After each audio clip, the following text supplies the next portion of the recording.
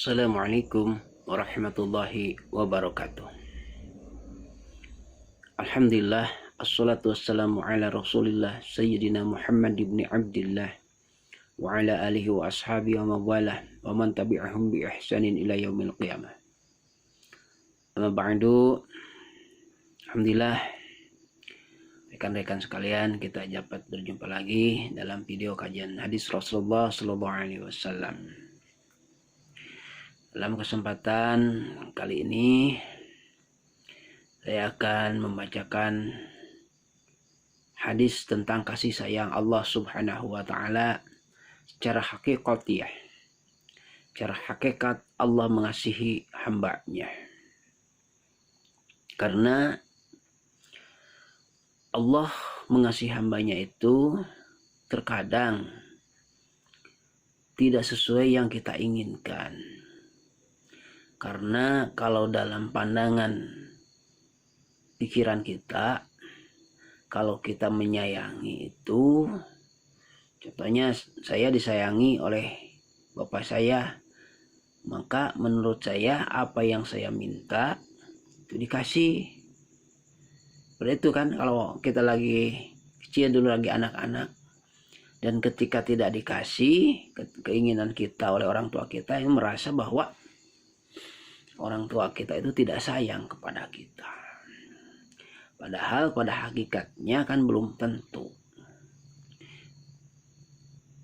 Orang tua mengasihi segala sesuatu keinginan anaknya, belum tentu itu yang terbaik. Nah, begitu juga Allah Subhanahu wa taala, cara mencintai hambanya itu terkadang kita merasa sedang didolimi, sedang dikucilkan oleh Allah Subhanahu wa taala. Padahal pada hakikatnya Allah sedang mengasihi kita. Baik, kita bacakan hadis tentang kasih sayang Allah Subhanahu wa taala kepada hambanya. Bismillahirrahmanirrahim. Wa qala alaihi salatu wassalam, idza ahabballahu 'abdan ibtalahu bibala ila dawa alahu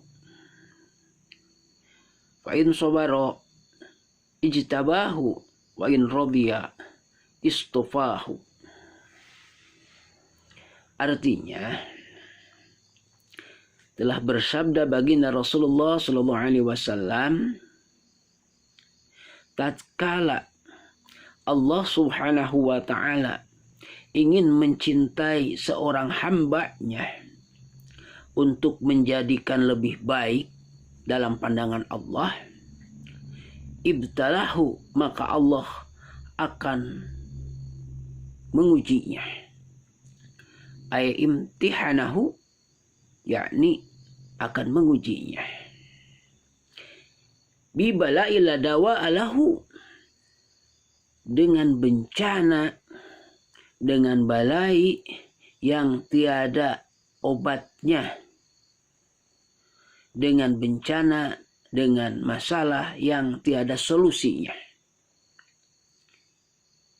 Contohnya, ay min maridin, seperti sakit sampai tidak ada obat.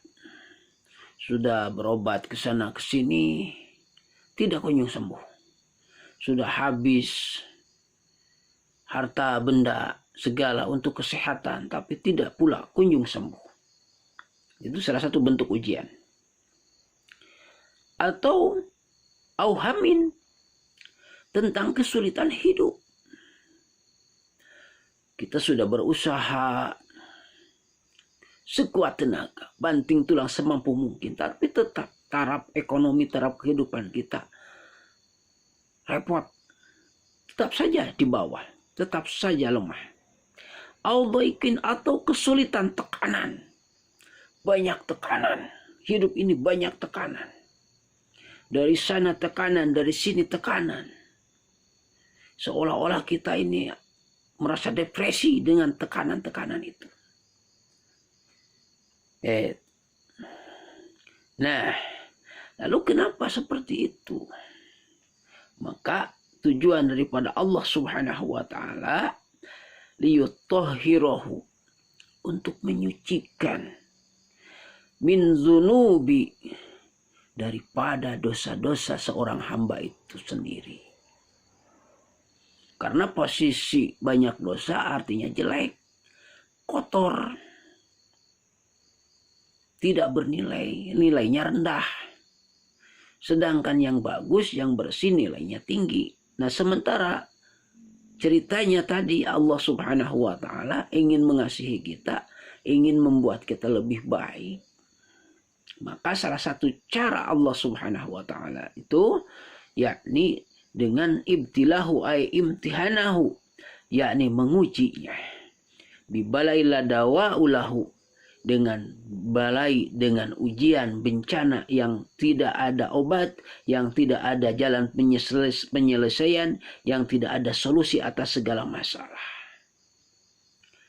Lalu fa'in sobaro, maka ketika ia diuji sampai tidak ada jalan keluar, mentok, disalahkan, diponis dan lain sebagainya, tapi dia sabar. Fa'in sobaro, maka ketika seorang hamba itu mampu bersabar, ijtabahu, maka Allah Subhanahu wa taala akan menyelir, memilih, mencalonkan. Nah, kalau kita sabar, maka kita sudah terpilih nih. Dilihat oleh Allah. Ah, ini nih satu nih calon nih, kandidat. Belum sampai sabar. Baru sampai kita dipilih sebagai kandidat, belum jadi.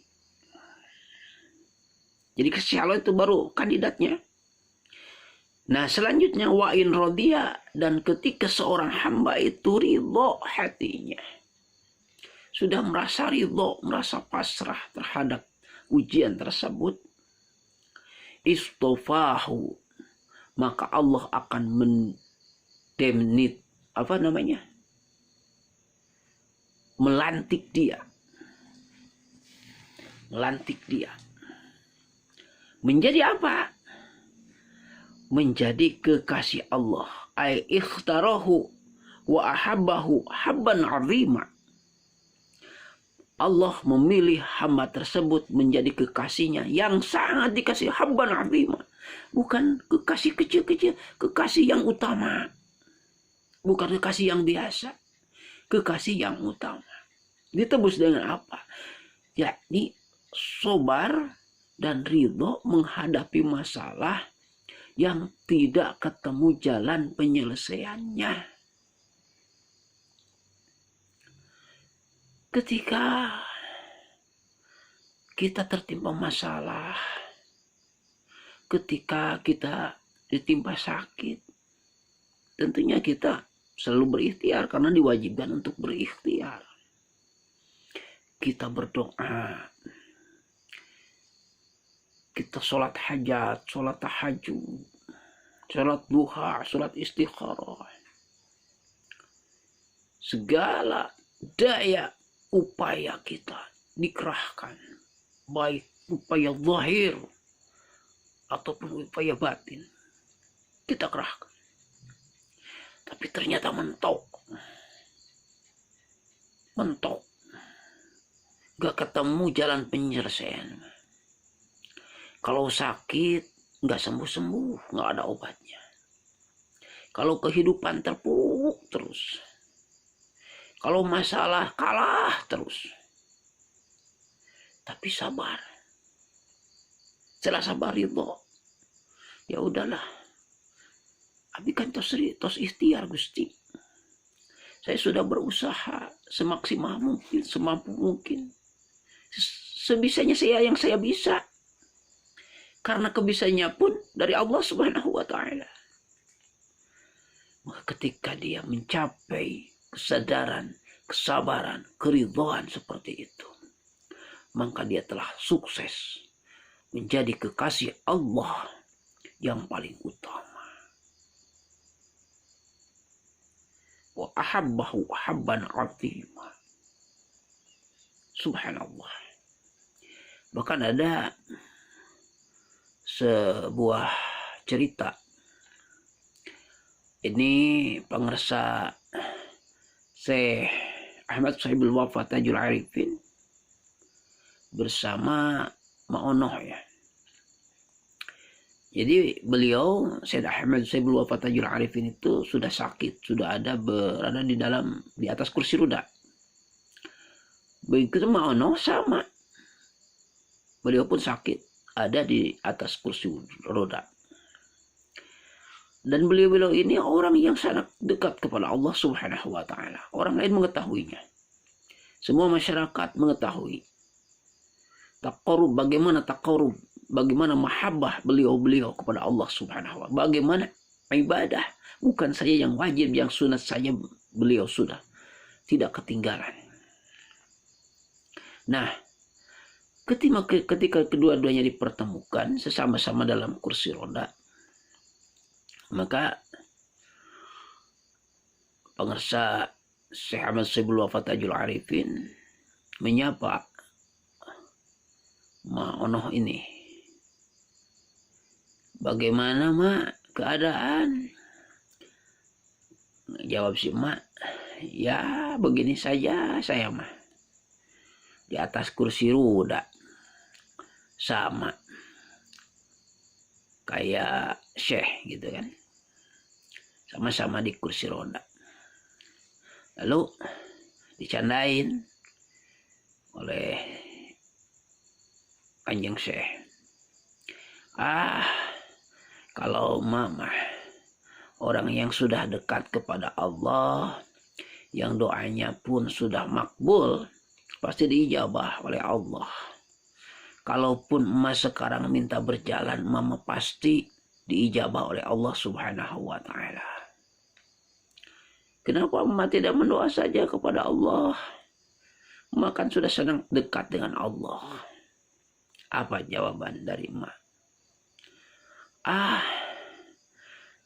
Saya merasa malu kepada Allah Subhanahu wa taala. Takut dinilai enggak sabar oleh Allah. Masa saya sekian puluh tahun sehat, sekarang baru beberapa tahun saja saya duduk di kursi roda, kok saya sudah ngeluh sama Allah. Malu saya. Masya Allah. Itulah tingkat kesabaran yang luar biasa. Tingkat kesabaran yang sempurna. Karena beliau paham untuk mendapatkan predikat di sisi Allah Subhanahu wa taala itu banyak jalannya. Apa jalannya? Yakni takdir Allah yang sedang kita jalani sekarang. Apa takdir Allah yang sedang kita jalani sekarang? Hadapi dengan kesabaran. Hadapi dengan keikhlasan, apapun itu. Kalau kita ditakdirkan sedang mujur, sedang jaya, maka ada tugas untuk bersyukur. Ketika kita ditakdirkan hidup ini dalam kesulitan, kesusahan, dalam sakit, maka ada jalan untuk mendekatkan diri kepada Allah. Apa? Bersabar. Dua-duanya jalan itu pun bisa menyampaikan kita, mendekatkan kita kepada keridhaan Allah Subhanahu wa taala. Dua-dua jalan itu pun bisa meraih mahabbah, kecintaan daripada Allah Subhanahu wa taala. Mudah-mudahan dengan dibacakannya hadis ini dan diceritakannya riwayat orang-orang soleh terdahulu, kita diberikan kemampuan oleh Allah Subhanahu wa taala. Mampu bersabar dalam ujian, mampu ridho di dalam kesulitan. Mudah-mudahan kita menjadi orang-orang yang dikasihi oleh Allah Subhanahu wa taala. Mohon maaf atas segala kekurangan. Billahi taufiq wal hidayah. Assalamualaikum warahmatullahi wabarakatuh.